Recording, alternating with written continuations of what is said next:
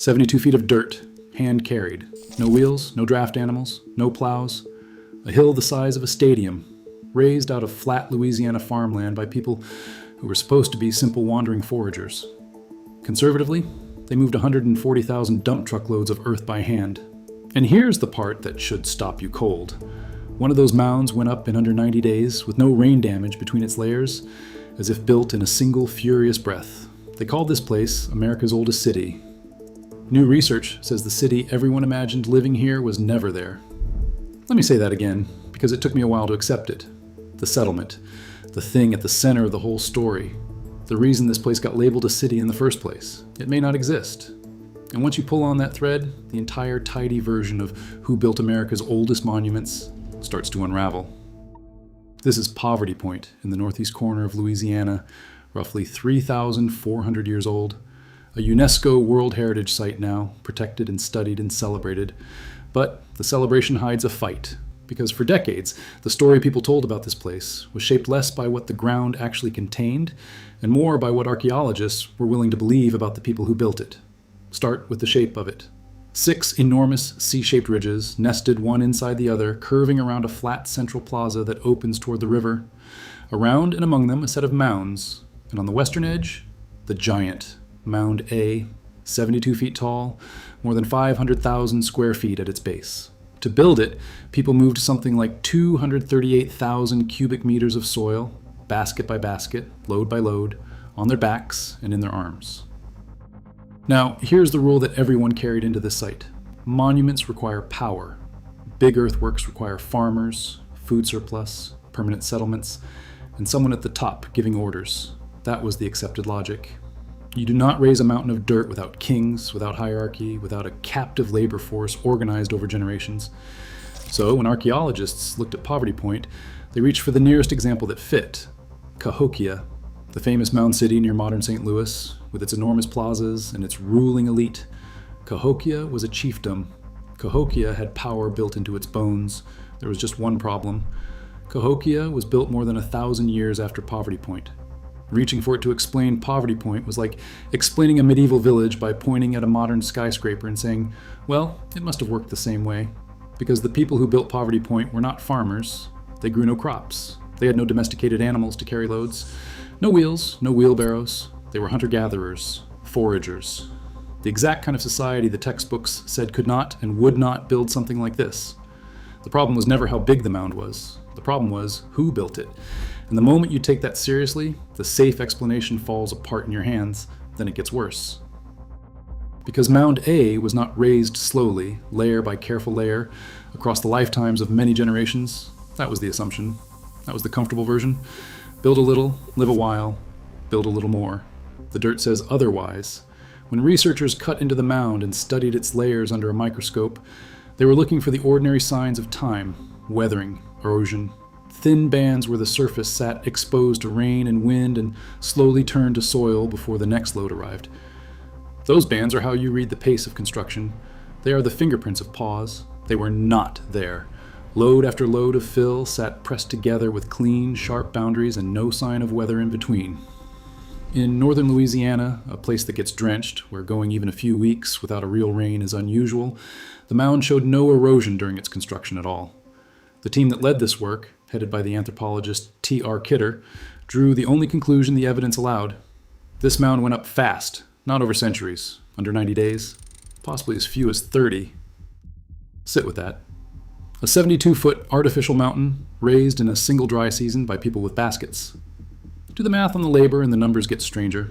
To move that much earth that fast, you would need something like 3,000 workers. And 3,000 workers do not arrive alone. Add the families, the elders, the children, the people who fed them, and you are looking at a gathering of thousands, maybe 9,000 human beings converging on one spot to build a mountain by hand in a matter of weeks. Simple, scattered bands of foragers do not do that, or so everyone had been told. This is where the discomfort starts, and it is worth being honest about it. The old timeline was not stupid. It was built from real evidence and reasonable assumptions. For a long time, everywhere anyone looked, monuments really did seem to come with agriculture and hierarchy. The model made sense, but Kidder himself has said, plainly, that findings like these go against what had long been treated as the academic consensus about what hunter-gatherers could do. And that is a heavy sentence, quietly delivered. Because arguing this case was never just about one mound and one date. It was about the shape of an entire discipline's assumptions. And Poverty Point was not the first site to embarrass that story. Look at what these people were holding. The site is full of things that traveled impossible distances. Quartz crystal from the mountains of Arkansas, soapstone from the region around modern Atlanta, hundreds of miles east across rivers and forest. Copper, worked into ornaments that came from the Great Lakes, more than 1,000 miles to the north. None of it moved on wheels, none of it moved on the backs of animals. It moved on human feet, hand to hand, across half a continent, along networks that had to already exist to make Poverty Point possible. That sounds harmless until you realize what it means. This was not isolated bands scraping by at the edge of survival. This was a hub, a center of gravity pulling material and people from Arkansas, from the Gulf Coast, from the Appalachians, from the Great Lakes. Whoever these people were, they were connected, coordinated, and they were not small. And then the map moved again, and it moved backward, because roughly 100 miles away and far deeper in time sits another set of mounds, Watson Break. When it was carefully dated, the number that came back was not 3,000 years. It was around 5,400 years, older than the Great Pyramid of Giza, older than Stonehenge in its final stone form, roughly 19 centuries older than Poverty Point itself. And Watson Break was also built by hunter-gatherers, before pottery was common, before agriculture. People who fished and foraged, raising 11 mounds connected by ridges, walking the same land their descendants would later cover with the ridges of Poverty Point. When those early dates first came out, they were not welcomed with open arms. They were met with doubt, because monumental architecture, built that early by people that simple, did not fit anything the field expected. The reflex was immediate and understandable. The dates must be wrong. Something must have contaminated the samples. The layers must have been disturbed. One impossibly early site is a mistake. Two, 100 miles apart, start to look like a pattern. And this is the moment to be clear about what was actually happening, because it matters and because it is more unsettling than any movie conspiracy. Nobody had to hide anything. There was no secret meeting, no destroyed evidence, no villain in a back room. There was something quieter and, in its own way, more powerful. Doubt. When a date is inconvenient, the safest first move in science is to suspect an error. And that instinct is not corruption. It is good practice. Extraordinary claims need extraordinary checking. But that same instinct, aimed again and again at the same uncomfortable evidence, can turn into a wall. The easiest way to keep an old map intact is not to burn the new evidence. It is to call it contamination, to call it disturbance, to call it error, long enough that everyone stops looking. The trouble was, the evidence kept passing the tests. Researchers went back. They checked the surrounding sediment, they reran the dates, and the numbers did not get younger to make everyone comfortable. They held. The dates did not retreat, the excuses did. So one by one, the reflexive answers ran out. And what was left was the thing nobody had wanted to say out loud, that hunter-gatherers in the American Southeast were raising monuments thousands of years earlier than the model allowed, and doing it with a level of organization the old story had reserved for kings. Then there are the sites that never got their fair chance at all. West of Poverty Point, near the Gulf Coast in Mississippi, sat two more of these gathering places. Claiborne, Cedarland. Once, they held their own troves of artifacts, their own pieces of this vanished network, and they were largely destroyed. Not by time, but by us. Bulldozers, development, souvenir hunters carrying pieces away one at a time until the record was gutted. There is a line archaeologists use, and it is bleak. In this work, you're almost always trailing behind someone's bulldozer. By the time you arrive, the machine has already been there. The evidence you needed is already in a landfill or on someone's shelf, unlabeled, its context gone forever. But something survived.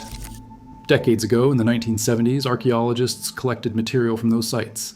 Clamshells, deer bones, ordinary things, boxed and shelved and largely forgotten, left in storage while the debates moved on without them. And that is where the next twist came from.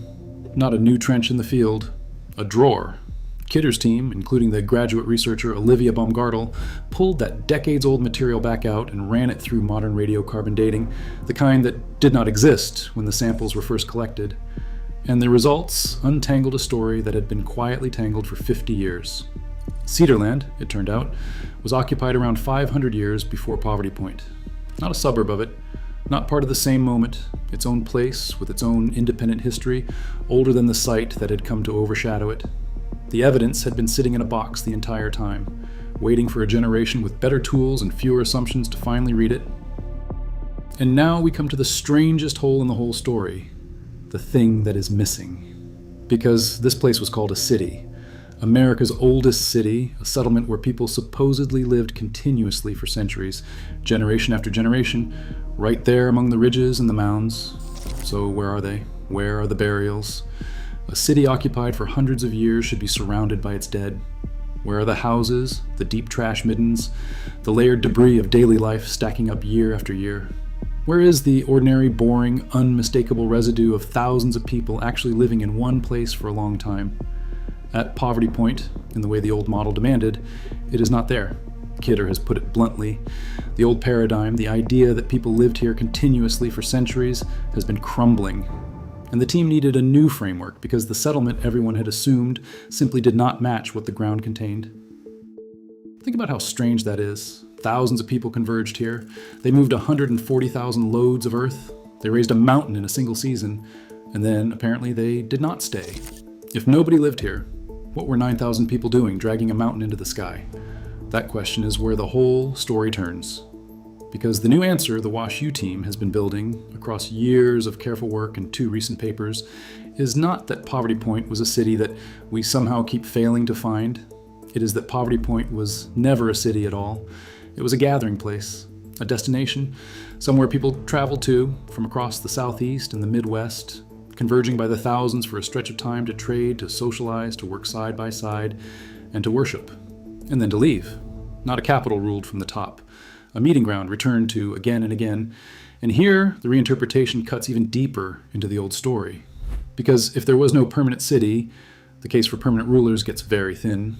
The team argues these were egalitarian hunter-gatherers, not subjects of a chiefdom, not a captive labor force building a monument to someone's power. People who came together, by choice, around a shared sense of purpose, and built something enormous because they wanted to. The monument was not raised to glorify a king, because there may not have been one. That single move quietly detonates the assumption everyone started with. Remember the original logic. Big earthworks require hierarchy. Someone must have been in charge. Someone must have forced this. But if Poverty Point was thousands of free people cooperating for a season and then dispersing, then the founding rule of the whole model was wrong. You do not need a king to move a mountain. You need a reason. So what was the reason? Here we have to slow down and be careful because we are stepping from what the dirt proves into what researchers interpret. You cannot excavate a motive. You cannot put a belief under a microscope. But the team makes a case, and it is grounded in 2 things: the absence of the ordinary and the presence of the deliberate. When Poverty Point was built, this landscape was violent, severe weather, massive floods, a world that could turn on the people living in it without warning. And the interpretation Kidder and his colleagues offer, informed in part by long conversations with people of Native American ancestry, including co-author Seth Grooms, a member of the Lumbee tribe, is that the earthworks were not built for utility at all. They were an offering, a way of reaching toward an unstable universe and trying to set it right. The mounds, the labor, the valuable objects left deliberately in the ground, all of it as sacrifice, as ceremony, as an attempt to repair a world that felt torn. Now, that is an interpretation. Most researchers would tell you the same. We cannot prove what these people believed, but look at what they left. Thousands of fired clay cooking balls, ornaments carried 1,000 miles and then placed, not lost, into the earth. Objects of real value given up on purpose. They did not build this to live in, they built it to answer something we can no longer hear. And once you see it that way, step back and look at the whole pattern stacked together, because this is where the old model runs out of room. A monument raised by foragers, not farmers, built fast in a single season, not slowly over generations, fed by trade networks spanning half a continent, moving without wheels or animals, echoed by an even older site, Watson Brake, nearly 2,000 years deeper in time, surrounded by sister sites with their own independent older histories. And at its heart, no city, no kings, no permanent settlement at all. Every single pillar of the original story fails, not one of them, all of them. And I want to be precise here because this is exactly the point where these stories usually go off the rails. This is not aliens. This is not a lost super civilization. This is not some vanished race of giants. The truth is more disturbing than any of that, and more human. Ordinary hunter-gatherers, the people the textbooks filed under primitive, were capable of continental trade, mass coordination, monumental engineering, and complex belief thousands of years earlier than the clean version allowed. The wild theories were never the real threat to the old model. The real people were. So what happened to them? Because this is the last piece, and it is the one that stays unanswered. Around 3,100 years ago, Poverty Point emptied out. The gathering stopped. The great meeting ground fell quiet. And we do not know why. Maybe the climate shifted. Maybe the floods that the mounds may have been built to answer finally won. Maybe the belief that drew thousands of people across a continent simply changed, and the reason to come dissolved. The truth is, the abandonment is still open. One of the largest constructions in ancient North America went silent, and the ground has not told us the ending. Let me separate what we actually know from what we are still arguing about, because the difference is the whole story. We know the dates, we know the scale, we know Mound A went up fast, with no weathering between its layers. We know the trade goods came from Arkansas and the Great Lakes and the Appalachian region. We know there are no burials, no long-term houses, no signs of the permanent city everyone assumed. Those are the facts, and they are not seriously in dispute. What is still debated is the meaning. Gathering place or settlement, ceremony or something else, the exact why behind the labor. And what remains completely open is the ending, the reason thousands of people stopped coming. But notice what did not happen when the evidence turned. There was no dramatic press conference, no official admitting the textbooks had been wrong for decades, no apology to the sites that had been doubted, or the early dates that had been treated as errors until they refused to go away. Instead, the change came the way it almost always comes, quietly, in revised papers, in new interpretations, in museum labels rewritten in softer, more careful language. In the slow shift from "he must be mistaken" to "well," the picture is more complex than we thought. The old model did not collapse in public. It changed clothes in private and walked out under a new description, hoping nobody would notice it used to say the opposite. That is not a scandal in the movie sense. Nobody broke the law. But it is worth naming because it is how a discipline protects its own comfort. The evidence did not win in a single afternoon. It won by outlasting the doubt. By sitting in the ground and in old museum drawers, stubborn and unweathered and patient, until a generation finally arrived that was ready to read it without flinching. So the next time you hear that we know who built America's ancient monuments, that we understand the shape of the deep past, remember the mound. 72 feet of hand-carried earth, raised in a single season by people who were told, for 100 years, that they were too simple to have done it. Stand at the base of it at dusk, the ridges curving away into the grass, the river beyond, and beside the mountain, the empty ground, flat, quiet, the place where a city was supposed to be and never was. The earth is still there. The builders left almost nothing of themselves behind except the impossible thing they made and then walked away from. And the story we told to explain them was not wrong because it was foolish. It was wrong because it was too small, too clean, too sure of who was allowed to be capable. How many other sites are still sitting in a drawer right now, dated too early, dismissed too fast, waiting under a bulldozer or a museum label or a layer of polite doubt for someone finally willing to believe the ground over the map? The mound is not going to answer that. It has been keeping its silence for 3,000 years, and it is very good at it.